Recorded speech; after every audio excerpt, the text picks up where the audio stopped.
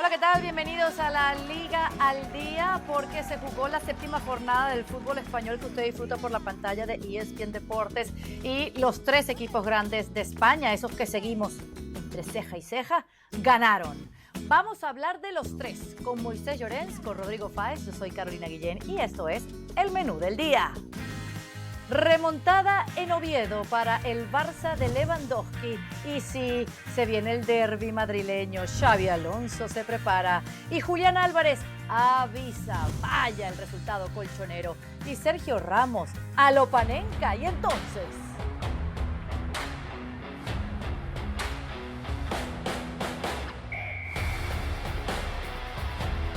prácticamente nos quita el sueño lo que pueda pasar este sábado en el Metropolitano, en el primer derbi madrileño de la temporada, en ese primer asalto que pretende hacer el Real Madrid, el líder de la competición, a un Atlético que ha comenzado con una racha para el olvido, pero que avisó en su último partido. Digamos que un cóctel vitamínico para el equipo del Cholo Simeone, lo que pudieron hacer a mitad de semana. El Madrid también ganó, así como está la ilusión merengue, también está la ilusión colchonera.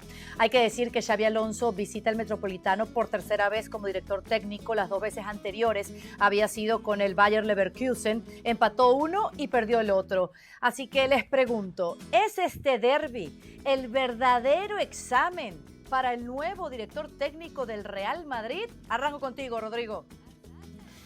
¿Qué tal, Carlos? Saludo para ti, para Mo y para toda la gente que nos está escuchando. Yo creo que sí, que es el punto de inflexión importante para saber si lo que hemos visto hasta ahora es una realidad que va a ir creciendo poco a poco o es una realidad que todavía necesita muchos matices para llegar a lo que mucha gente piensa que va a ser, porque para mí, insistimos, creo que esta racha que acabas de comentar de Xabi Alonso y los suyos no es casualidad. Por tanto, pase lo que pase el fin de semana en el derbi, creo que Xabi Alonso tiene crédito, se ha ganado el crédito, pero dependiendo un poco de lo que ocurra en el Metropolitano, vamos a ver o vamos a, digamos, matizar si la cosa es ya una realidad 100% confirmada o si es solo una realidad que está construyéndose. Lo que está claro es que va a ser un partido tremendo, tremendo. El otro día estuvimos en el Metropolitano en ese choque entre el Atlético de Madrid y el Rayo Vallecano. Recordemos que el Atleti empieza ganando, luego le empatan, le remontan y en 10-15 minutos con un Julián Álvarez estelar y con el hat-trick consigue esa remontada que fue tremenda, ¿no? Por tanto, no va a ser fácil el partido para el Real Madrid ni para el Atlético de Madrid. Creo que las fuerzas van a llegar muy igualadas porque además ese componente de rivalidad creo que es imprescindible para tener en cuenta todo lo que vamos a analizar a continuación y veremos a ver qué ocurre, ¿no? Lo que está claro es que va a ser un partidazo y que vamos a estar muy, muy, muy pendientes de ello. Y si Rodrigo recuerda lo último que hizo el Atlético de Madrid, mi papel es recordarles que el Real Madrid venció 4-1 al Levante en un partido donde vimos al Vinicius que se extrañaba, donde además Franco Mastantuono se estrenó como goleador. Y para colmo, Kylian Mbappé volvió a marcar, no uno, sino dos. Así que llega el Real Madrid en plenitud de condiciones para este derbi. ¿O no estás de acuerdo, Moisés Llorens? Bienvenido. Sí, te dejas de decir, buenas noches a todos desde Oviedo, que uno de los dos penaltis de Mbappé uno de los dos goles de Mbappé es de penalti, que eso no lo has dicho, y yo me alegro que tú te alegres, porque siendo la presidenta del altavoz mediático populista madridista tienes que hacer la propaganda, evidentemente, de tu equipo. Dicho eso, creo que nos encontramos el sábado, nos podemos encontrar el sábado un partido trepidante, un partido muy interesante. Al Atlético de Madrid por fin le salieron las cosas en Liga, tuvo momentos grises, pero luego tuvo momentos brillantes y arreó con contundencia al Rayo Vallecano para quedarse con los 3 puntos y lógicamente el Madrid asoma en el partido con la convicción de que 6 partidos, 6 victorias son 18 puntos, lógicamente, 6 por 3, 18. Yo creo que el día del Levante, el pasado martes, fue ante un rival flojísimo, pero el día que más contundente o más firme se vio al equipo blanco.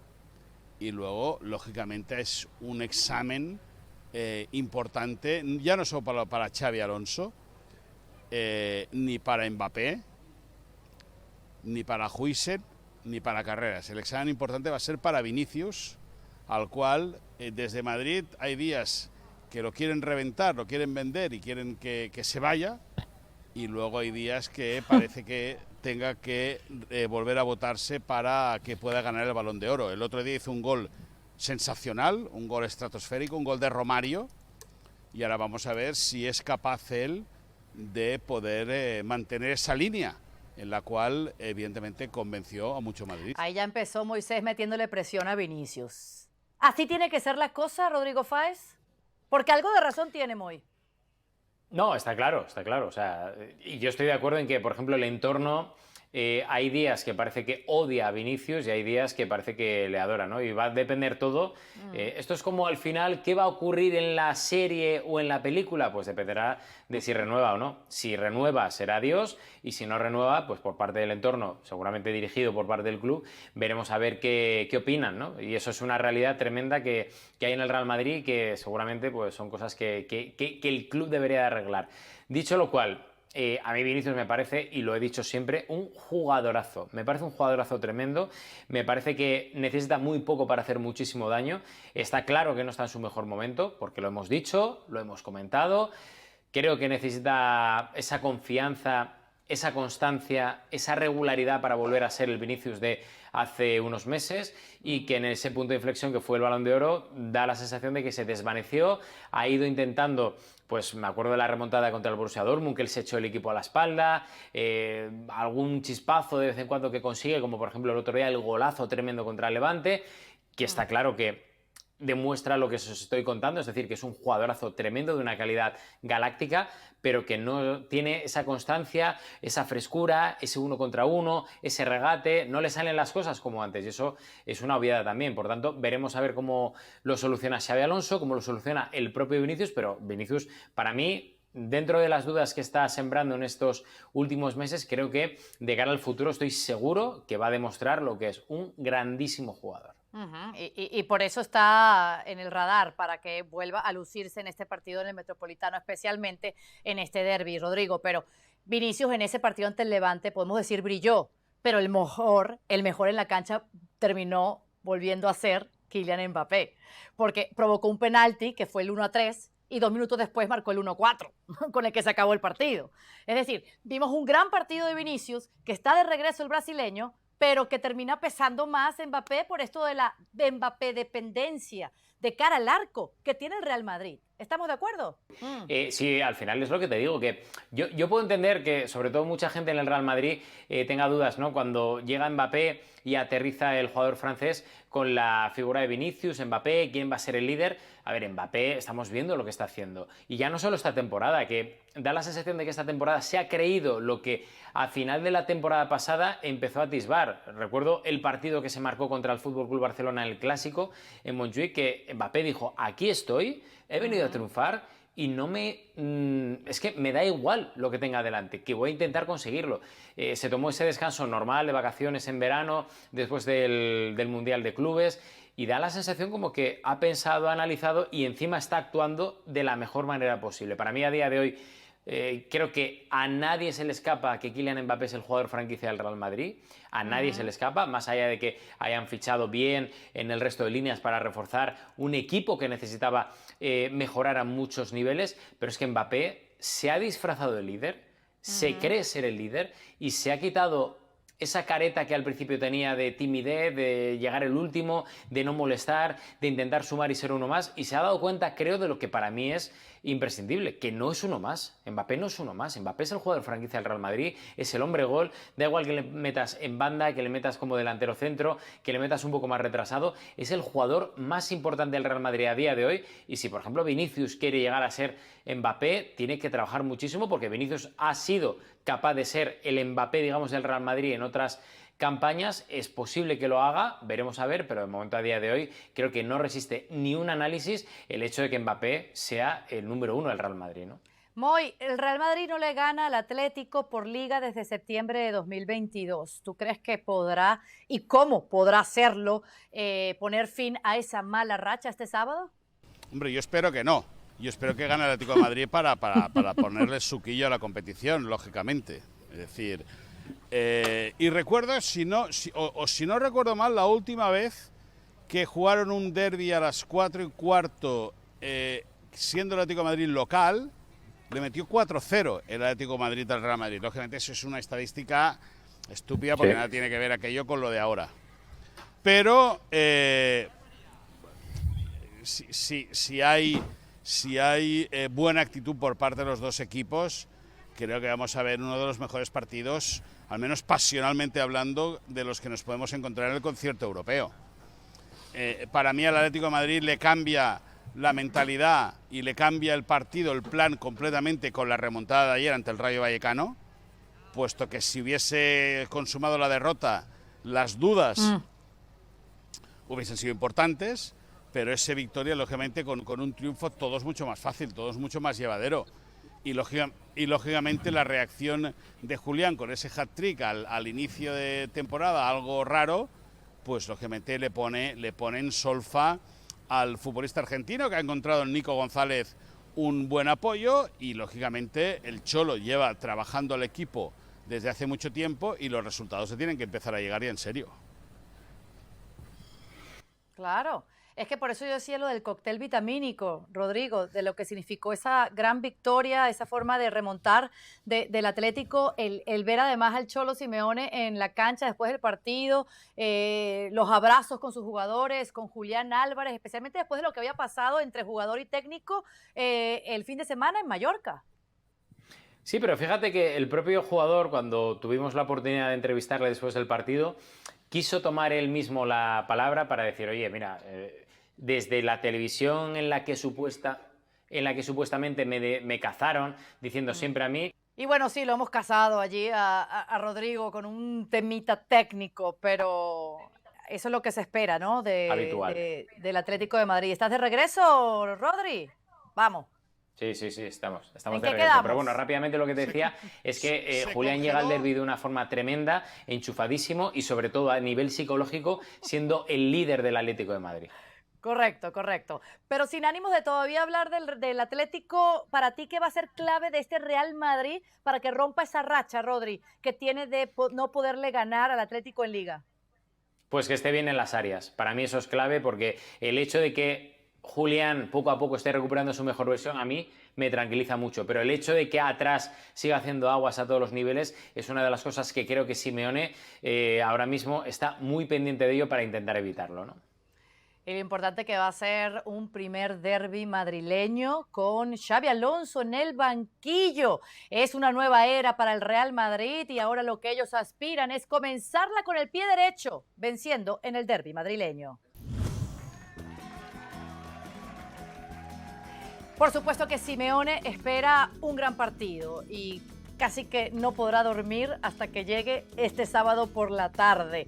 Esto dijo el técnico colchonero en la previa del derbi, en donde ellos quieren seguir remontando diferencias y recuperándose de este mal arranque de temporada. Dijo, nos vamos muy contentos del partido contra el Rayo porque el equipo fue a buscar el partido. Creo que lo maravilloso del fútbol es esto. Estás en un momento complicadísimo y ganas. La fe es lo más importante y este equipo la tiene. Ante Real Madrid será un partido fantástico contra un rival que está haciendo muy bien y será un duro rival. A ver, Moy, si el Atlético juega como el segundo tiempo ante el Rayo Vallecano, ¿le puede ganar al Madrid? Bueno, si juega como los últimos 15 minutos, con esa insistencia, pues va a tener muchas más opciones que si lo hace como arrancó el partido. Pero al final, este tipo de partidos para la hinchada del Atlético de Madrid o para el Atlético de Madrid son muy pasionales. Y la grada tiene mucho que decir. Y la grada va a estar muy encima. Y la grada va a cargar tintas. Y la grada va a empujar. Lógicamente la grada no marca goles. Pero, bueno, al final me da la impresión de que el Metropolitano el sábado saben que si el Atlético de Madrid quiere, con este proyecto tan ambicioso que se ha montado, quieren seguir optando a pelear por la Liga o a ser, aún siendo considerado para poder luchar con el Barça de Madrid, no le queda otra cosa que ganar el partido. Y ese plus extra lo tienen que aprovechar los jugadores del Atlético de Madrid, que como te digo, o como te decía anteriormente, cómo cambia en el partido ante el Rayo Vallecano y cómo se consigue cambiar la trama final al resultado, pues eso es vitamina para Julián, vitamina para el Cholo, vitamina para el Atleti y sobre todo vitamina para la grada. A 10 minutos de perder ese partido, el Atlético de Madrid consigue los últimos 2 goles de Julián Álvarez, bueno, golazos todos, la verdad, especialmente el primero y el tercero. Pero ¿tú qué crees, Rodri, fue la diferencia para que se activara el Atlético, para que tuviera esta gran segunda mitad, pero especialmente estos últimos grandes 10 minutos por parte de Julián Álvarez, terminando de completar su primer hat-trick con el equipo colchonero y su primero además en Europa?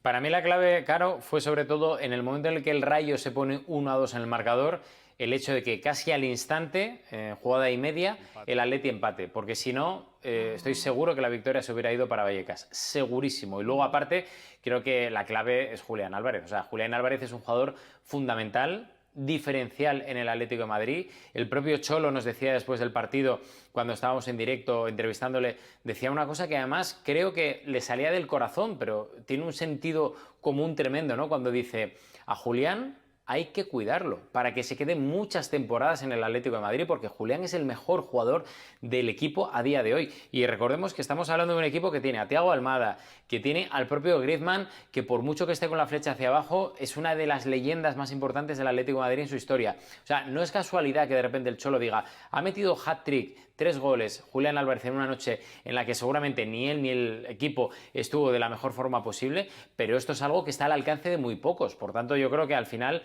lo que hace que el Atlético de Madrid reviva con el 1-2 que marca Álvaro García es la afición, la atmósfera, la inspiración de Julián y el hecho de que Julián marcara tan temprano el empate, porque es lo que hace que se enchufe otra vez el Metropolitano y que esa atmósfera tan única del estadio colchonero empuje o empujase, en este caso en una noche muy complicada, pero que al final acabó bien, con final feliz, al Atlético de Madrid. Entonces, para ti, Rodri, la diferencia fue Julián Álvarez, el que se haya enchufado Julián Álvarez y continuado lo que había significado su partido, porque Julián Álvarez es quien puede marcar la diferencia de nuevo en este derbi. ¿Entendí bien?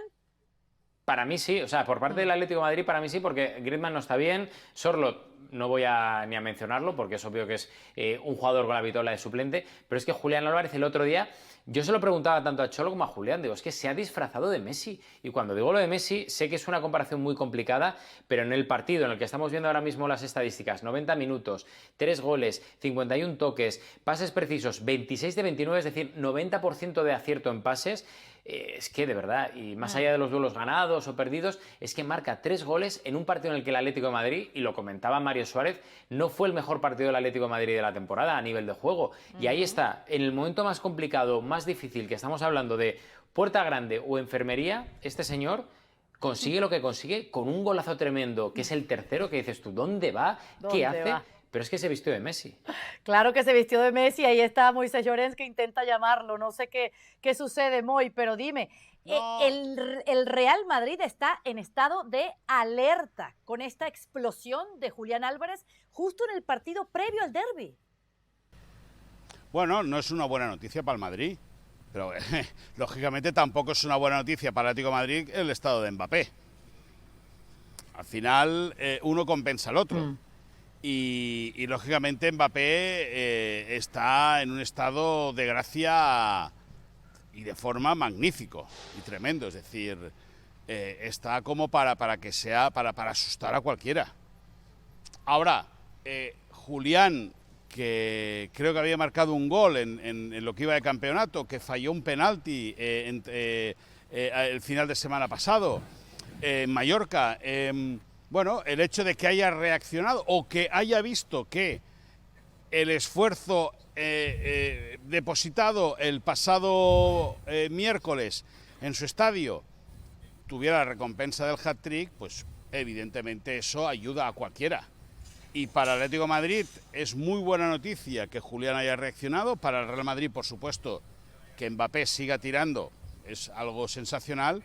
Y según cómo se vea, o según con quién hables de la trinchera rival, pues a ninguno le va a hacer gracia, a la defensa del Madrid no le va a hacer gracia el estado de forma de Julián, y al Atlético de Madrid no querrá oír ni hablar de Kylian Mbappé. Correcto, ¿no? Lo que pasa es que quizás eso sea diferente. Mbappé está enchufado desde el primer día, Rodri. Sí, Mbappé es que es un jugadorazo y Mbappé la temporada pasada terminó muy bien el año y esta temporada, insisto en que yo creo que se siente mucho más importante que el año pasado y se ha dado cuenta de que Vinicius, estando a este nivel, no tiene nada que hacer con Mbappé, estando en un nivel al que a día de hoy nos está empezando a acostumbrar.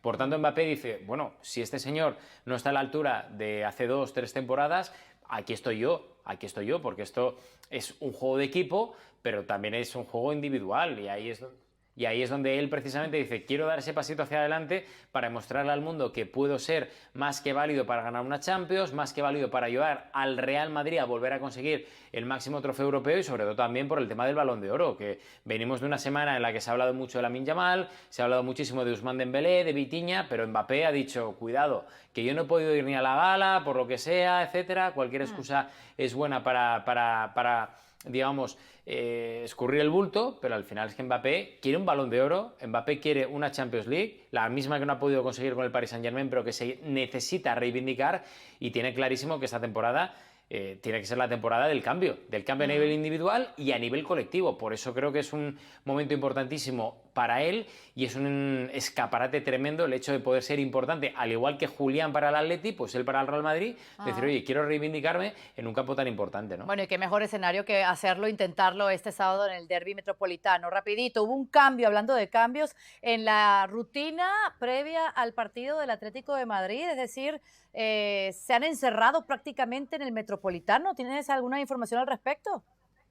Bueno, mañana entrenan en el Metropolitano cuando tenían previsto entrenar en el Cerro del Espino, me refiero al Atlético de Madrid, como es normal, y de hecho entrenan mañana por la tarde, que es una cosa muy extraña, que nos acaban de confirmar.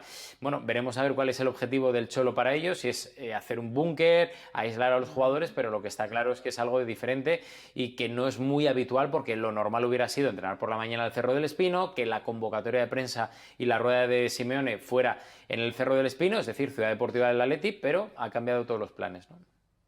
Bueno, y ha cambiado también la ilusión colchonera porque el Atlético ha ganado a tiempo y lo ha hecho con una remontada magnífica. Se habían puesto adelante con el gol de Julián Álvarez, pero bueno, unas desatenciones permitieron que la cosa se volteara, pero a 10 minutos del final salió la mejor parte de Julián Álvarez. El Barcelona ha ganado también en la 7ª jornada del fútbol español, como lo hizo el Real Madrid y como lo hizo el Atlético de Madrid. Y lo ha hecho en el Carlos Tartiere, donde todavía sigue Moisés Llorens. Me imagino que de la emoción, Moy, de ver cómo un partidazo, tuvo que trabajarlo este Barcelona para que cayeran y pesaran las individualidades y el juego colectivo del Barça. Un error de Joan García que permitió el primer gol, el gol de los locales, pero luego apareció la polivalencia de Eric García, el golazo de Lewandowski y remató Ronald Araujo. Cuéntame tus sensaciones después de esta remontada del Barcelona en Oviedo. Bueno, pues un Barça que ha tenido que madurar mucho el partido, que cuando creía que iba a llegar al descanso con empate 0, habiendo dominado el choque y habiendo demostrado que Scandell es un portero de reflejos, pero que no bloquea la pelota, un error, pero es que un error en una salida por parte de Joan García pues permitió para que el Oviedo, en un gol tremendo de 36 metros, pues se adelantase en el marcador. Y si el Barça ya tenía previsto madurar el partido, pues lo tuvo que madurar más. Tuvo fortuna, o trabajó mucho para poder empatar el partido. Rápidamente vino el 2-1, el 1-2, y ya en el tramo final el 1-3. Al final, un encuentro en el cual el Barça ha sabido desgastar muy bien al Oviedo, que le ha puesto mucho ímpetu, le ha puesto ilusión. Han creído los carballones que podían irse a la cama con los 3 puntos, pero al final cuando juegas con equipos con, ya no hablo de presupuestos, pero con una calidad tan diferente, tan diferente entre uno y otro equipo, eso se acaba imponiendo. Casado fue víctima de la decisión de Hansi Flick de dejarlo en el banquillo en el descanso. Entró Frenkie de Jong y eso también ayudó a cambiar el partido. Pedri estuvo más liberado, Olmo ya no estuvo tan encorsetado, Rafinha se retiró con alguna molestia, vamos a ver qué es lo que tiene el jugador brasileño, teniendo en cuenta que el domingo viene la Real Sociedad y el miércoles de la próxima semana el Barça va a recibir en el Estadio Olímpico Montjuïc al Paris Saint-Germain en la segunda jornada de la fase de grupos de la segunda fase de liguilla de la UEFA Champions League, y por lo tanto Hansi Flick acertó de pleno con los cambios, supo agitar al equipo, el grupo consiguió una línea de velocidad muy interesante que acabó desarbolando al Real Oviedo, que va a sufrir mucho o muchísimo, ya no te digo para mantenerse en primera, sino para ganar algún partido. Deja que te diga que vamos a ver qué es lo que pasa con Belko Paunovic, exentrenador de las Chivas y de Tigres, al cual la propiedad mexicana del Club Carballón podría estar ya buscándole sustituto. Oh, wow. Bueno, ahí están las sensaciones de Moy desde el lugar de los hechos. Rodri, ¿qué es lo más importante de esta victoria del Barcelona? Porque vimos a un Eric que prácticamente sabe jugar de todo, que está haciendo una de las grandes figuras de este Barça en el arranque liguero, que al fin consiguió su gol. A un Lewandowski que vuelve a marcar como suplente. Ya son 3 goles esta temporada entrando desde el banquillo. No había pasado ni minutos y Lewandowski marcó la diferencia en ese gol en donde fue asistido por un Frenkie de Jong que también cambió, como bien decía Moisés, en todo sentido a este Barcelona para mejor. Pues la verdad que, claro, ¿qué te voy a decir yo de Eric? Que es una de mis debilidades. Recuerdo cuando yo le vi en un partido en juveniles, cuando él estaba en el juvenil del Manchester City, en un partido que me acuerdo que fue la primera vez que yo estuve en la Ciudad Deportiva del City y le vi enfrentarse al Everton y pregunté por él, digo, ¿quién es este chico que es un central tan diferente, tan distinto, pero que saca tan bien la pelota, que bascula tan bien a banda, hace unas ayudas tremendas? Y me dijeron, este chico se llama Eric García, es catalán y va a dar mucho que hablar en el futuro. Desde entonces es como que yo me enamoré muchísimo de Eric y le he seguido con un cariño tremendo, aparte que he tenido la suerte de conocerle a nivel personal, que es un trozo de pan. Además es una persona de las buenas, con la cabeza en los hombros a todos los niveles, muy maduro. Lo más importante de Eric García fue que supo enmendar el error de Joan García en esa primera mitad para empatarlo, ¿no? Con una jugada que tuvo, podríamos decir, su sello personal, Moisés. No, además es una jugada que pospartido lo hablamos con Pau Cubarsí, una jugada de extremos. Araujo atacando como extremo zurdo, metiendo la pelota al corazón del área, y Eric García cazando el balón en un rechace, es decir, los dos centrales actuando como atacantes y consiguiendo el gol del empate del Barça. Creo que ha sido una cosa magnífica, ¿no? Bueno, magnífica en el buen sentido porque ha acabado en gol, ¿no? Pero por cómo el Barça llegaba con todas las líneas al ataque de la portería del Real Oviedo. Claro, y lo de Eric García, Rodri, que ha jugado lateral derecho, de central, de a ratos del lateral izquierdo, ahora como ariete, marca su gol. Y bueno, sí, así está Eric García en este Barcelona. Y lo de Lewandowski demostrándonos que la edad es solo un número y quien es goleador golea siempre. No, y al final que estamos hablando de que es calidad, esto es calidad, y si alguien tiene calidad, da igual que sea defensa, que sea lateral, que sea pivote o que sea delantero. Y en el caso de Lewandowski, de Eric García antes me queda a medias, pero os dije que ya desde hace mucho tiempo que creo que es un jugador más que válido para la élite y que encima el tiempo le está dando la razón porque le ha puesto en su sitio. Y en el caso de Lewandowski sabemos que es un jugador tremendo, o sea, la efectividad que tiene dentro del área de Lewandowski. Es que, claro, muchas veces hablamos de Lewandowski por seguramente aquella etapa con Xavi, donde con Xavi Hernández fue muy irregular y terminó la primera temporada, sobre todo, de aquella manera, sembrando muchísimas dudas, pero es que es un pedazo de delantero tremendo. O sea, estamos hablando de que Lewandowski enamoró durante tantas temporadas a la élite europea que ahora parece que muchas veces cuando marca un gol se nos viene a la mente el anterior Lewandowski, que no se ha ido nunca para mí. y ahí está, sigue marcando goles, por tanto es mucha calidad, y esto más allá de lo que pueda ofrecer el rival, que me da igual que sea el Oviedo, el Levante, cualquier otro equipo recién ascendido o de mitad de tabla, el Barça está a un nivel ahora mismo muy dulce, y cuando, de hecho, yo estaba viendo el partido con varias amistades, entre ellos algún que otro futbolista profesional, y todos decían, calma, porque con el 1-0 que acaba de marcar Reina, que es un fallo muy extraño de Joan García, el Barça lo remonta porque está a un nivel tremendo. Y acertaron. Acertaron. Y esperemos que también acierten contra la Real Sociedad el próximo domingo. Moy, allí nos tirabas algunas novedades, pero bueno, este partido va a ser en Montjuic.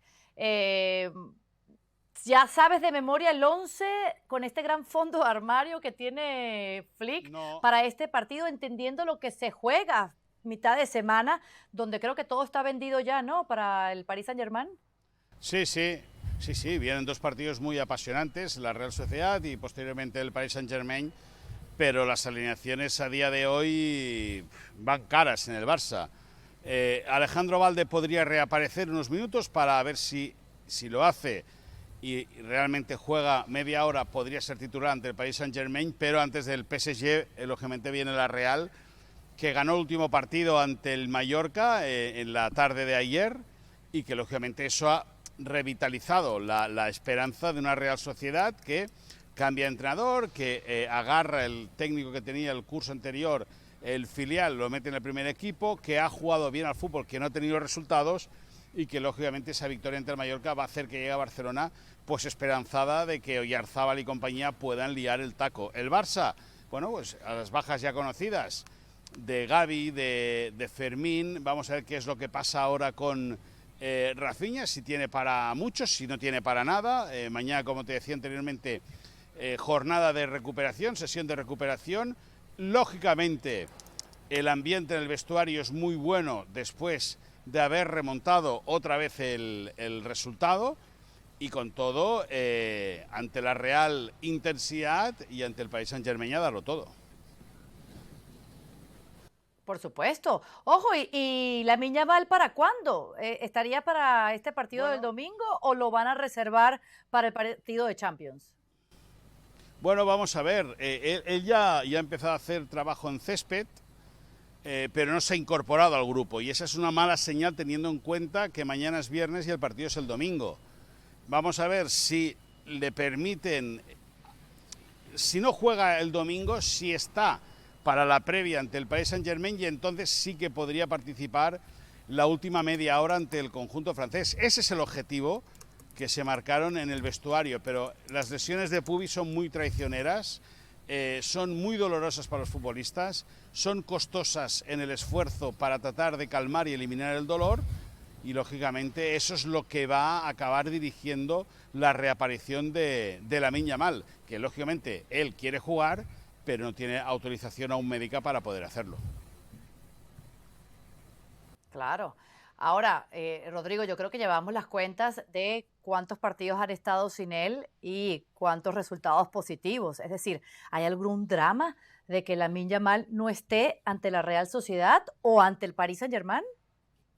A ver, ante la Real Sociedad, viendo cómo está esta temporada la Real, que le está costando en este inicio, yo creo que no va a haber dramas, pero yo sigo insistiendo en que Lamine es un jugador que tiene que jugar, hay Lamine dependencia en el buen sentido, porque insisto en lo que os comentaba la semana pasada y la anterior, es un jugador que tiene algo diferente, que tiene algo distinto.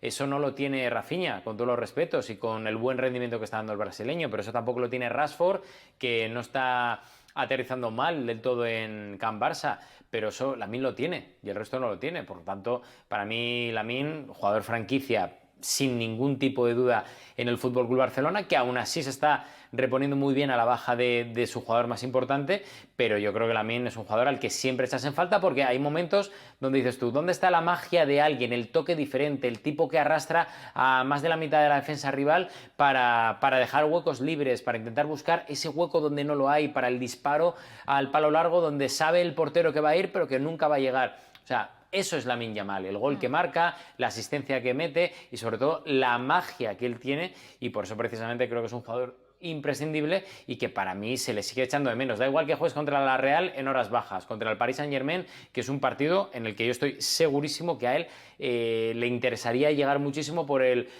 foco que va a haber a nivel internacional. Y yo creo que al final el propio Hansi Flick necesita que Rafinha y que Rashford tarde o temprano empiecen a rotar, porque el año va a ser muy largo, la temporada va a ser muy exigente y necesita a todo el mundo cuanto antes sano. Muy, y en Montjuic lo quieren ver a Lamine Yamal el próximo miércoles ante el Paris Saint-Germain, ¿no? ¿Cómo está eso? Hombre, lógicamente, es que Lamine es un futbolista que se echa en falta. Es decir, yo creo que el Barça ha suplido bien su ausencia con goles: 6 goles al Valencia, 2 al Newcastle, 3 al Getafe, 3 al Real Oviedo. Al final son 3 y 3, 6 y 6, 12 y 1, 13 en 4 partidos sin Lamine. Es decir, el balance es bueno en ese sentido, pero claro, lo que te da Lamine es pues un desborde, una pared rápida. Él se entiende muy bien con Jules Koundé, puede venir por dentro, se puede ir por fuera. Si está es mejor para el Barça, sin ninguna duda. Y en ese sentido, Hansi Flick lo entiende, lo sabe, pero bueno, el Barça se ha adaptado, yo creo que muy bien, a la ausencia del futbolista catalán. Por supuesto. ¿Está todo vendido en Montjuic? Dímelo en 20 segundos. Sí, para el día del Paris Saint-Germain está todo vendido, está todo sentenciado desde hace tiempo. Y Laporta, bueno, pues que ve los euros y se le hacen los ojos chiribitas. Lo que se viene para el Barcelona en casa. No será todavía en el Camp Nou, pero estaremos esperando que algo grande suceda cuando puedan estrenar la nueva casa. Subimos el telón de la bronca del día porque ha sido una semana pues con mucho caché, elegancia, una semana de gala, la gala de Balón de Oro que se entregó el lunes pasado en París, en donde Lamine Yamal se quedó con las ganas. Se quedó con las ganas de ganar su primer Balón de Oro. Yo no sé cuál es el apuro, cuando sabemos que esta joya podrá ganar mucho en el futuro si Dios y la salud lo acompaña. Pero bueno, en todas las competencias desde el 1 de agosto de 2024 al 13 de abril de 2025, quisimos comparar los números de Dembélé, que fue el ganador, con los de Lamine. Entendiendo que Lamine jugó apenas un partido más, marcó 21 goles, menos que los 37 que Dembélé, pero dio más asistencias, 22 contra 14. Dembélé ganó 4 títulos, incluyendo la Liga de Campeones y los 3 de Lamine Yamal. Así que, a pesar de que Dembélé tuvo mejores estadísticas que Lamine Yamal, el del Barcelona tuvo una mejor temporada y mereció el Balón de Oro. Al menos así lo suplicaba su padre. ¿Cierto o no? Para mí sí. O sea, yo es que soy Lamine lover en ese aspecto. Lo dije desde el principio, llevo diciendo varios meses que para mí era el jugador que tendría que ganar el Balón de Oro. Primero porque la importancia que tuvo Dembélé con el Paris Saint-Germain no es la misma que tuvo Lamine Yamal con el FC Barcelona. Creo que todo el eje de ataque rotaba en torno a Lamine Yamal, mientras que ese protagonismo en el Paris Saint-Germain creo que era mucho más repartido. Está muy bien lo de los resultados, sobre todo los goles, que es donde marca un poco más la diferencia de Dembélé, pero para mí los goles de Lamine Yamal han sido muchísimo más diferenciales, muchísimo más, y hay momentos clave, me estoy acordando ahora mismo de la eliminatoria, creo que fue contra el Inter de Milán, donde Lamine Yamal fue espectacular, haciendo una exhibición tremenda, y creo que muy por encima de Dembélé en esos momentos de la temporada. Luego en el global, para mí creo que está ligeramente por encima, y sobre todo digo una pregunta a toda la gente que pueda estar viéndonos. Viendo la temporada de uno y la temporada de otro, si ustedes son directores deportivos, presidentes o dueños de un club, ¿a quién ficharían? ¿A Dembélé o a Lamine Yamal? Para mí no hay más preguntas. Señoría. Deja a Lamine donde está, que está bien. No vengas a molestar diciendo a la gente que venga a comprar a Lamine. Por favor. Dicho esto, yo, si a un jugador del Paris Saint-Germain le daba el Balón de Oro, era Vitinha. Y lo he dicho siempre. O sea, al final, Dembélé, y estando en París el lunes y hablando con compañeros franceses, la sensación y no por hablar con franceses es que tengan la razón, ni mucho menos, pero la opinión generalizada es que ha sido el elegido en el lobby que ha hecho el Paris Saint-Germain para que ganase el Balón de Oro. Es decir, si tenían que elegir a alguien en el Paris Saint-Germain, poner a alguien en el foco, ese ha sido Dembélé, que es un muy buen futbolista, un futbolista del que, por cierto, Xavi Hernández ya hace un tiempo dijo que tenía potencial para ser el mejor futbolista del mundo, no se equivocaba, pero yo insisto que antes que a Dembélé se lo daba Vitinha, y antes que a Vitinha se lo daba Pedri, y antes que a Pedri, pues a lo mejor la pelearía con Lamine Yamal, que pese a tener 18 años, tiene mucho margen de crecimiento, y si no lo ha ganado este año, lo ganará en el futuro. Yo es que hay una cosa que a mí me parece clave en todo esto, y es lo de Vitinha.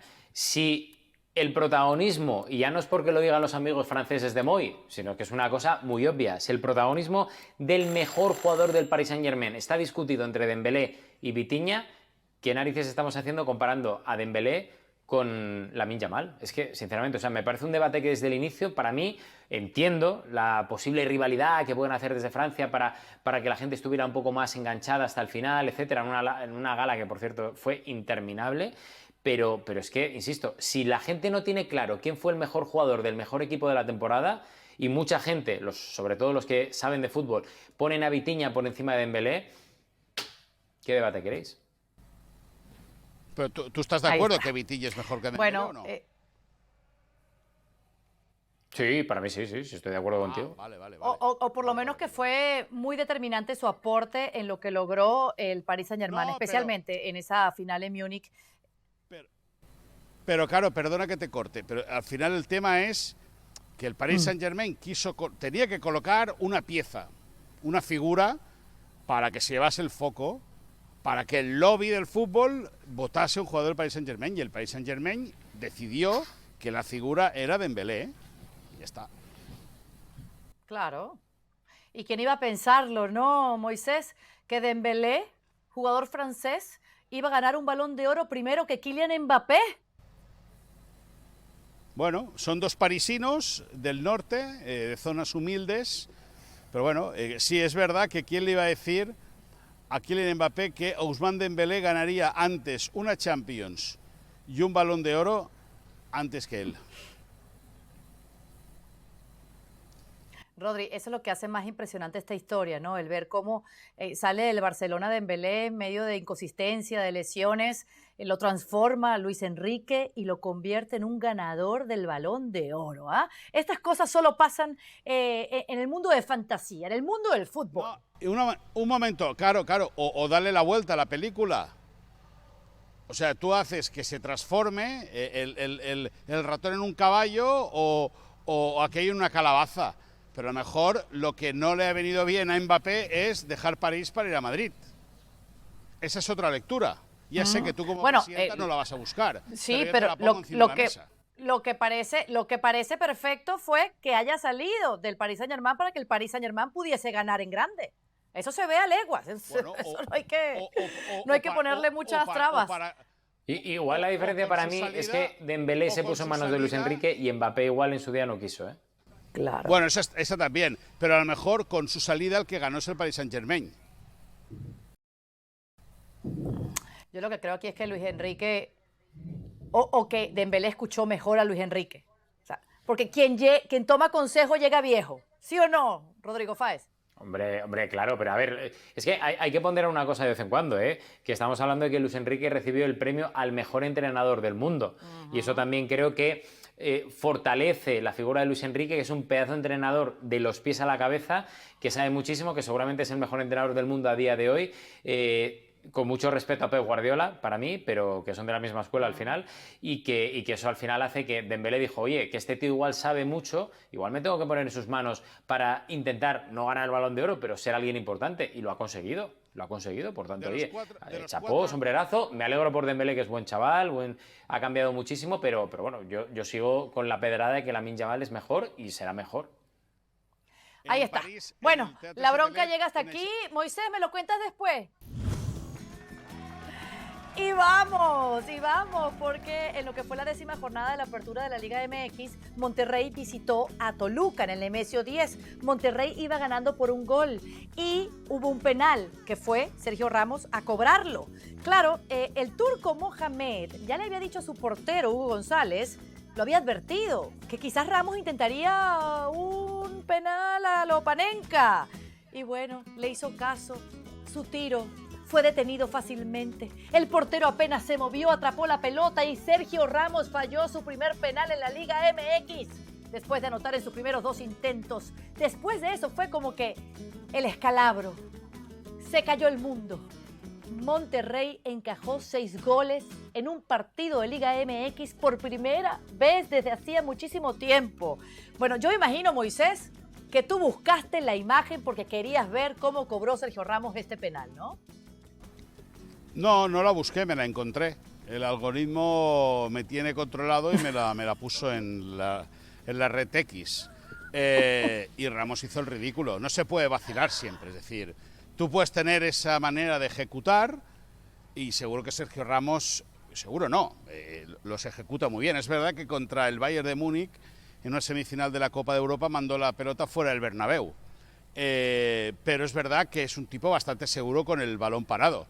Lo trató de doblar ventaja ayer para Monterrey y bueno, pues quedó ridiculizado porque el Panenka quedó retratado. ¿Sirve para reírte o para que se ríen de ti? Por cierto, ¿cómo quedaron? 6-2, ganó el Toluca, 6-2, que pinta mira, para pues campeonato. Rodri, ¿no me vas a decir que Sergio Ramos tiene las tablas como para cobrar los penales como les dé la gana? Claro, casualmente 6-2 es un resultado que Sí. Sergio Ramos conoce en sus carnes. ¡Ah! Ya sabía yo por qué me estabas preguntando. Bueno, Rodri. voy a decir una cosa, que haya fallado un penalti a Lopanenka no quiere decir que haya fallado, y el propio Moisés lo ha dicho, que a nivel de balón parado es un jugador súper seguro y que porque haya fallado un penalti, pues la gente aproveche sus obsesiones para lanzar hate contra él, pues bueno, pues oye, haya cada uno. No es eso quiere decir, y muchas cosas bien de lo que ha hecho Sergio Ramos a lo largo de su trayectoria. ¡Ay, me salió Moisés! No, la que tú tienes tú. Qué bien que la pasaste en Oviedo. Vamos a ver cómo te va el obsesión la tienes tú con Sergio Ramos. Hasta Vamos para aquí, Rayados, Sergio siempre la Liga al Rayados. Día. Muchas gracias. Vamos, Tigres, ¡Yallas!